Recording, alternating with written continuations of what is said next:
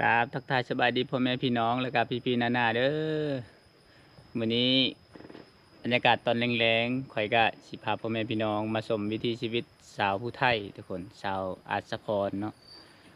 ตอนนี้ข่อยอยู่ที่บ้านนาห้างหน่อยแต่ว่าข่อยสิพาทุกคนไปชมวิถีชีวิตสาวผู้ไทยบ้านน้องเดินทุกคนบ้านน้องเดินนี่ก็มีหลายคนหน้าตาน่ารัก แต่ว่าบ่ใส่บ่มีช่องทางติดต่อเขาเนี่ยบ่ใส่มีแต่เคยไปถ่ายตอนนั้นก็คือน้องไม่เม่นมื้อนี้ก็มีอายคนหนึ่งแล้วนัดให้บ่ใส่ไปถ่ายเพราะว่ามีหลายคนอยู่คอมเมนต์บอกว่าให้บ่ใส่ไปถ่ายน้องเขาแต่ว่าบ่ใส่บ่มีช่องทางติดต่อก็เลยบ่ได้ไปถ่ายน้องๆเขามื้อนี้ก็มีอายคนหนึ่งแล้วนัดให้บ่ใส่ไปถ่ายว่าให้บ่ใส่ไปอัปเดตวิถีชีวิตน้องเขาแน่บ่ใส่ก็ดีใจนะที่มีแบบว่าเขาเอิ้นว่าให้เกียรติบ่ใส่ไปอันน่ะ ไปถ่ายคลิปนะก็ดีใจนะจะได้ก็เป็นว่าจะเป็นผู้เลิศทุกคนไปรับชมน้ำกันอันนี้ข่อยมาแต่บ้านอันน้องปรึกษาอันนี้ก็คือนู้นไปนี่ก็บ้านน้องเดินเลยทุกคนไปปั๊บ let's go ทุกคนว่า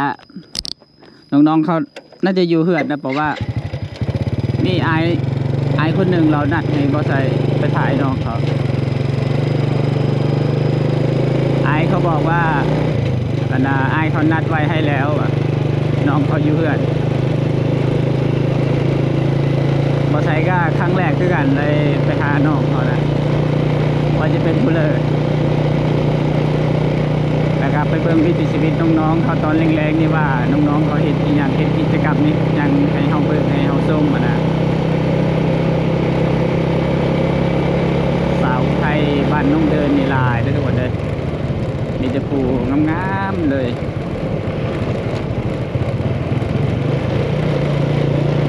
เดี๋ยวปะไซก็ชีพยายามหาช่องทางติดต่อน้องๆเขาแล้วก็ที่ถ่ายคลิปให้ทุกคนได้ชมเพราะว่าทุกคนบอกว่าให้ไปถ่ายพนันคนนี้แต่ว่าปะไซก็ได้นัดกับน้องๆเขาก็เลยก็ได้ไปถ่ายให้ทุกคนได้ชมมื้อนี้ก็มีอายเรานัดให้บอสใส่ก็ดีใจที่ได้ไปถ่ายมื้อนี้ฝนตกทุกคนสบายเนี่ยวันนี้นะฝนตกนี่บอกเลยว่าว้าวฝุ่น ทางแดงถ้าผู้ใดบ่เคยขับรถนี่โอ้ยเตียวซ้ายเตียวขวาเลยแล้วทางแดงสิตอนนี้ประมาณ5:30ทุกคนจะเข้า5:00ผมแม่น4:30จะเข้า5:00ที่บอสใส่ก็มาได้ถ่ายมาแต่อัปเดตวิถีชีวิตน้องปรึกษาตอนแรงๆก็กลับมาก็เลยยังมาถ่ายสาวบ้านน้องเดินอีกน้องไม่มินน่าจะออกไปดำนาเพราะบอสใส่ด้นแล้วไปหาน้อง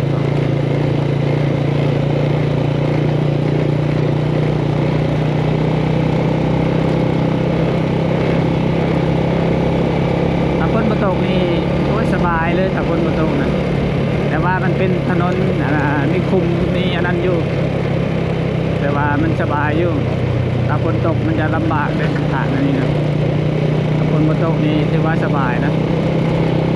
ไปทุกคนเดียวฮอดบ้านน้องมันจะได้โดยอันนี้ก็คือเพื่อนผู้สาวเลยทุกคนเลยหลายคนน่าจะหูเลยทุกคนเลยตอนนี้เขามาปุ๊บฝนตกเห็นน้องกับน้องทุกคนเบิ่งเปื่อยแล้วนี่วันเฮ็ดกับข้าวฝนตกก็คือเฮ็ดกับข้าวก็ได้เลยน้องมันบอกว่าเฮ็ดกับข้าวก็ได้เลยช่วงนี้ฝนตก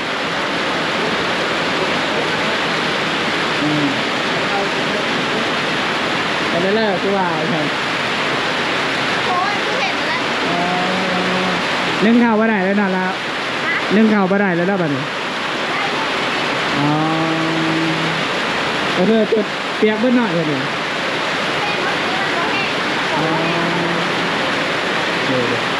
ทุกคนในนี้ก็เฮาก็ได้มาอยู่เพื่อนน้องอนงแล้วทุกคน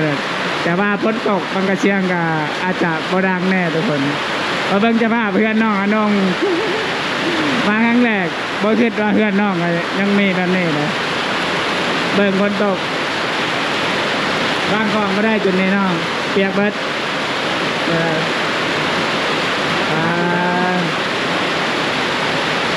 ตาบุเลเจอดีชื่อจังแซงมีจังชีมะม่วงให้น้องคนเด้อถ้าก็เห็นครั้งแรกโอ้ยตายเลยนี่เขาเป็นคอนเทนต์เนี่ยนี่วัวอีหลีนะเนี่ย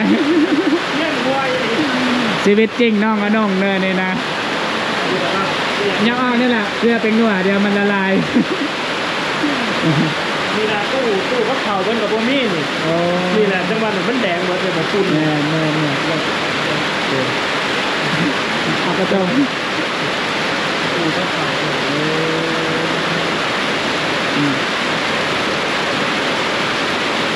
อันนี้ก็คือบ้านน้องเข้ามาครั้งแรกพอดีฝนตกช่ำมาปุ๊บฝนตกปั๊บมือหนีมากครับโผล่ที่ลีแล้วมือหนีเนาะน้องเนาะได้น้ำแล้วมือหนีเนาะฝนตกก็ดีใจได้น้องกันน้องหมู่บ้านนี่ดำหน้าซักลงหมู่บ้านนี่โอ้ครับทั้งกระสีบนหัวก็เป็นแกงอยู่ผู้ใดใจดีจะต้องเลี้ยงน้องกันน้องกับหักมาได้เยอะครับผมประมาณ30แผ่นก็โอเคแหละแล้วขับเปลี่ยนเบิร์ดชุดอยู่แล้วมาเลยด้วยเห็นนางงามนี่สิลูกคุณหนูพ่อแม่เด้อก็คิดว่าเพื่อนน้องอนงแบบว่าเป็นเพื่อนที่ดีงามเลยอันนี้นะงามอยู่ทุกคนอันนี้ก็FCเฮ็ดน้องอ๋อแต่คือตอนนี้ขาดเนี่ยมุ่งเนาะเดินโหดยากรถจุดนี้เฮ็ดกับข้าวมาได้เลยแต่จะครั้งเดียวได้ดังไฟดังไฟกับมันมีมองนั่งเงี้ยเห็นเปียกรถเราเป็นตัวจริงได้ทุกคนเด้อเขามาปุ๊บอันนี้บ่แม่นว่าคอนเทนต์นะคือบนโต๊ะเลย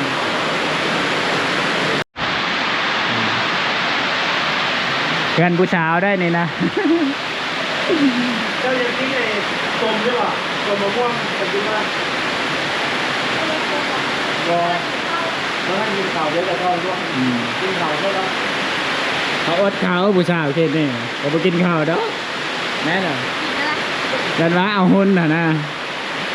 วันนี้มาพอตัวจริงมาเป็น AI ได้ทุกคนเด้อแต่จะได้คลิปแล้วนะเราเพิ่งประพันธ์เลยว่าจะมาพอหน้ากันเรียกว่าเป็นแบบว่าลูกคนโน้นเรียนมาแม่น้องก็คืออยู่เพื่อนน้ำกันจะคนแบบ3 คนเนาะก็คือเจ้าเป็นเอื้อยกกเนาะแล้วก็พี่น้องสายล่าเราไม่ได้ใช้หน้าวันนี้น้องเอาน้องเจ้าไทยได้บ่ได้เพราะว่าพอสอนเลยโอ้ก็คือตอนนี้อีพ่อก็คือเสียแล้วเนาะก็คืออยู่นำกันนี่3 คนอีแม่กับเจ้า3 คนก็เลยอันหาเงินมาจากมันหาไปเลยแหละเพียรนำหาเงินนำจริงเนี้ยขายเชื่อนำแล้วก็น้องอนงเป็นคนสู้ชีวิตขนาดเป็นคนเลยเพียรนำหาเงินนำอีแม่ได้ข่าวได้หายังบอกคิดว่าน้องจะยุคนหนูแม่เสื้อผ้ากับพอได้เงินซื้ออยู่กับแม่บ้านอันนั้นแค่นั้นเดี๋ยวบางคนบูฮูบางในคลิปเนาะว่าเฮาแต่งตัวแบบดูราเขาว่าเฮาร่ำรวยเนาะจริงๆคือเฮากับอยู่ในครอบครัวที่แบบบ่พอเพียงทั้งนั้นบ่พอเพียงแล้วแบบว่าพ่อแม่ก็พอบ่มีเนาะมีแต่แม่แล้วก็เป็นคนเสาหลักครอบครัวนั่นหาเงินนำเฮียนนำตอนนี้อยู่ห้องเลยแล้วทีนี้ก็ม.6แล้วม.6ปีชิมานี่เนาะตอนนี้อายุจะกี่แล้วแต่15เลี้ยงครอบครัวแล้วนี่หาเงินให้อีแม่เลยซื้อน้ำมันรถไอ้หน้าบริจาคบ้างบริจาคเอาบ้างเฮ็ดเองเบิดหน้ากว้างหรือว่าเป็นยอดเอาแม่เพราะว่าจำเอาไว้เพราะว่าเฮ็ดหน้า2 คนแต่ว่าแต่ละปีก็เฮ็ด2 คนก็ไม่เหมือนกันแต่ก็พอหาเงินได้แน่ก็ย่างแน่เพราะว่ามันก็บ่ไหวเด้เพราะว่าหน้าหายใหญ่เดี๋ยอดเอาจางบ่ปีนี้นะไม่ได้จ้างคือว่าจางอ่ะตัวมีเงินโอ้ก็เลยเจอดีก็ช่วยน้องคนในเด้อทุกคนเด้อก็จะได้ซื้อนี่แหละซื้อ น้ำมันรถหรือว่าจ้างคนมาดำซอย คือน้ำมันรถคือถึง ดำทุกคน2 คนได้แม่ แม่น้องเป็นคนขาดไทยค่ะ โอ้ แม่กับโลก้าเลยค่ะ บ่มีงัวบ่มีควายนำบ่ มี แต่เพิ่นเลยย้ายแล้ววันนี้ เป็นกับไซส์ที่กับแม่ไซส์น้องไปจากคนเป็นไป ดูบ่คิดเลยทุกคนได้เห็นแต่ในคลิปไปนึกว่าน้องอนงเนี่ยเป็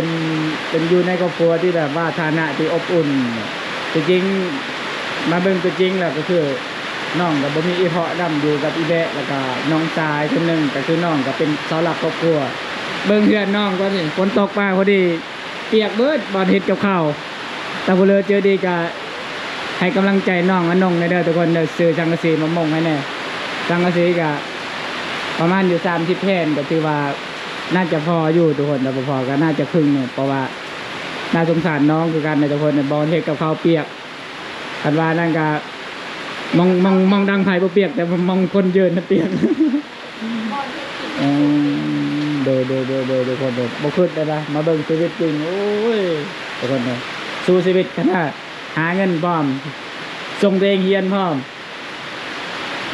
บ่คิดเลยทุกคนแสดงว่าเก่งนี่ดีขายของขายของออนไลน์ ขายอะไรนะ นี่แหละทุกคนเด้อผู้เลยก็สนับสนุนน้องเพิ่นเด้อทุกคนเด้อให้กำลังใจน้องอนงไปเห็นแต่ในคลิปเคยคิดว่าบ่คิดเลยนะคิดว่าเพื่อนน้องก็ดีปัจจุบันมี FC ซื้อให้เนี่ยจะให้ผู้เริ่มมงให้น่ะคันมี FC ซื้อจังกะสีให้แล้วจะให้ผู้เริ่มมงให้จะมงเป็นบ่ ให้นาบาวมีนาบาวอยู่บ่ เนาะเขาแบบเปิดเอทปีเนาะ อ๋อจางอีกคันมีจังกะสีก็คือต้องจ้างเขามามงอีก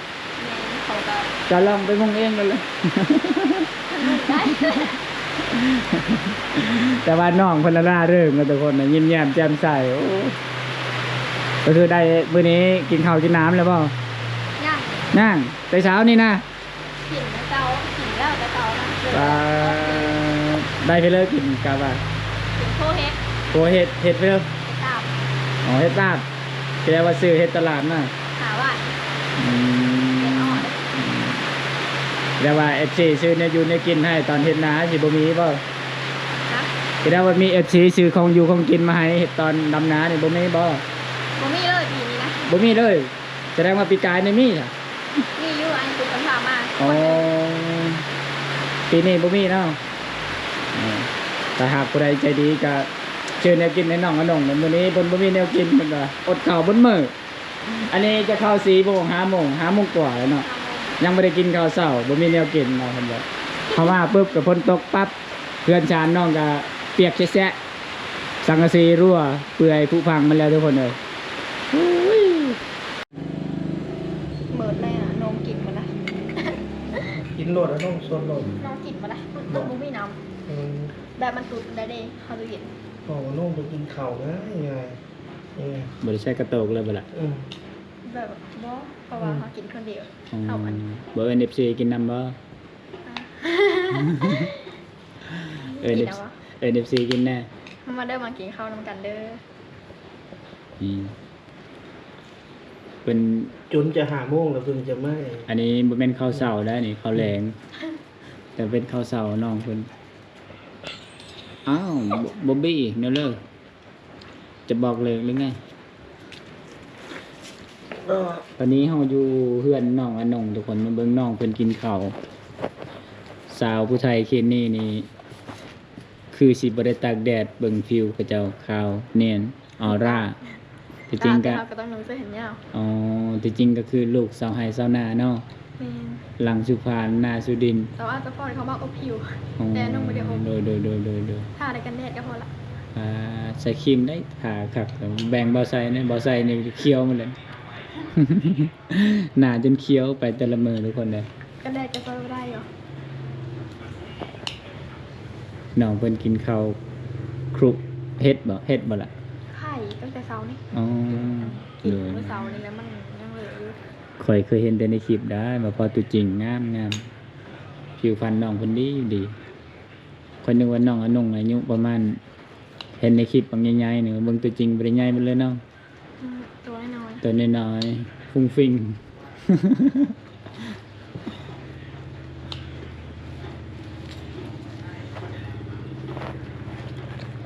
ซ่บแซ่บหลาย แอบ ภาษามังกรเพิ่นแอมทั้ง ฮะ แอมทั้ง แซ่บอีหลีอะนะ บ่เข้าใจ นั่นแหละภาษามังกรเพิ่นแอมทั้ง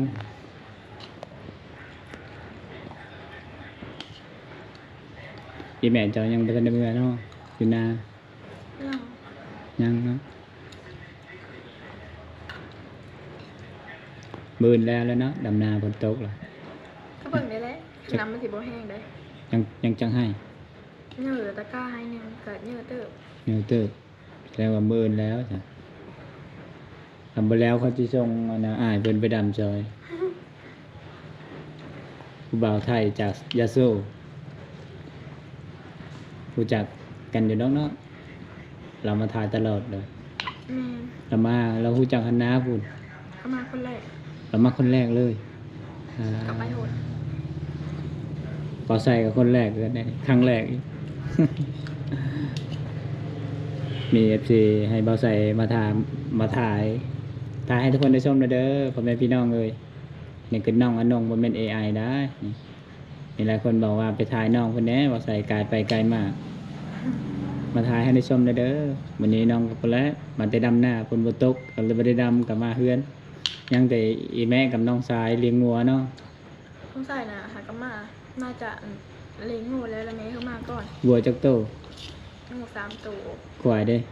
ข่อยน่ะมี5ตัวแต่ว่าเอาไปเฮ็ดเขาเลี้ยง2ตัว โดย เลี้ยงบ่ไหว เลี้ยงบ่ไหวเป็นอะไรบ่มีเดินบ่ เดินกันน้อยๆนึง โอ๊ย งูควายเป็นลาย บ่มีหมองเลี้ยงเนาะน้องชายก็เฮียนบ่ล่ะ เองคือกัน อ้าวบัดไปโรงเรียนบ่ล่ะไผเลี้ยงแล้วบัดนี้ แม่ อีแม่ แม่น ผู้เลิกหาเงินบัดนี้อ๋อ หาคือเก่า หานี่แหละทุกคนเด้อผู้ใดบ่ฮู้ชีวิตน้องอนงฟังแล้วก็ดูตนน้องอีหลีทุกคนเลยที่พ่อเพิ่นเสียจักปีแล้ว เขาก็ต้องจะเดิน 7 เดือน แสดงว่าใหม่ๆนี่แล้วเนาะ แม่น อืม ไปหาเกษตรบ้านเดือน11นี่ ตอนนั้นอายุจะจักปี 14 14เนาะ 14สิงหา55เพราะว่าเขาเกิดเดือน12 เกิดเดือน แม่น 12เปิ้นบ่เฮ้ยได้จ้ะเปิ้นบ่เฮ้ยนี่แหละวะ ยังเนาะยังหลายเดือนอยู่ เดือน12บ่ได้จดไว้เด้อ FC เด้อบ่ได้อยากจัดวันเกิดให้น้องเพิ่น เที่ยงคืนไปแหละ เที่ยงคืน วันที่31ปุ๊บสิ้นเดิน สิ้นเดือน สิ้นเดินพอดีอยู่แล้วก็เป็นเหมือนอันปีแล้วมา27เลย แม่นบ่เที่ยงคืนพวกได้มีคนจัดวันเกิดนะบ่มีบ่เค้กปีนี้ โอ้โหคือกันได้ ปิ จ้ะไม่ได้น้ำมูก ปีกายนี่ได้ ได้ อืม หมูซื้อมาเฮ้ มึงซื้อมาเฮอเนาะ FC ฉันบ่ได้ซื้อให้บ่จ้ะ เบา อ๋อ FC คือใจดำแท้น้องหน้าตานะฮะขนาดนี้บ่ซื้อเฮอเค้กให้ปอนละ150,000 200 กว่าบาทเฮามานั่งเบิ่งน้องเพิ่นกินข้าวหิวข้าวแต่เช้านี่อันนี้จะเป็นข้าวเช้า จนว่าจะเข้า6 โมงเลยทุกคนเอ้ยดำนาจนลืมกินข้าวโอ้ยลืมไปมื้อนี้บ่ได้ดำเนาะ มันไม่น ผมมีน้ำก็เลยเลี้ยงวัวอันนั้นซอยอีแม่อืม ำเข้ามาก็เข้ามาบ้าง3 โมงนี่ ดูเบินไปเลยเนาะ อื่นน่าจะได้ไป อันเบายาโสมเอื่นไปไทยนาให้น้องอนง มื้อนี้มาพอผู้บ่าวฟังไทย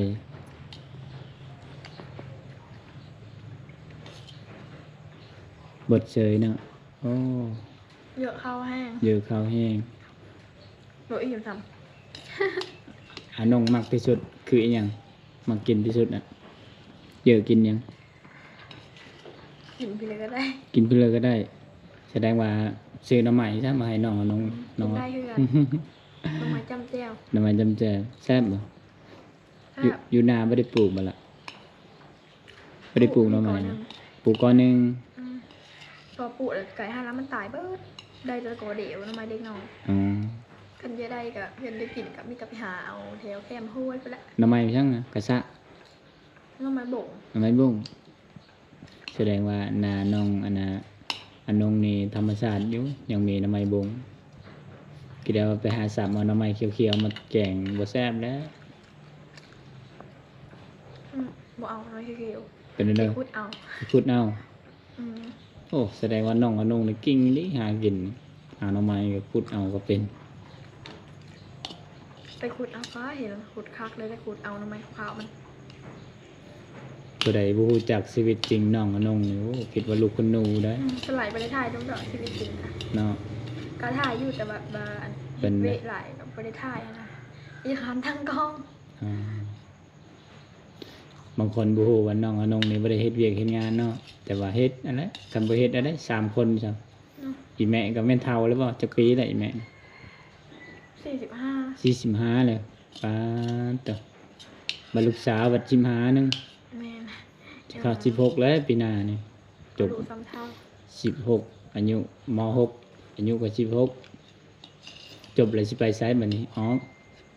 ไปต่อเรียนต่อบ่ ส่งบ่ได้ละส่งตัวเองบ่ได้ละ เนาะเพราะว่าคันเรียนอยู่ในเมืองก็บ่มีทางหาเงินอีกเลยเนาะ แม่น อืม ส่งตัวเองบ่ไหวฮอดคนเกิด แม่นก็ได้ว่าเฮาเรียนเก่งและมีทุนการศึกษามีบ่บ้านเฮานี่ มีแต่ก็บ่ได้เอา บ่ได้เอาคือว่าซั่น คือแบบว่าเฮาเป็นนั่นเลยว่าตอนอยู่ม .4 เขาก็เสนอมาอยู่แต่ก็บ่ได้พากันเอา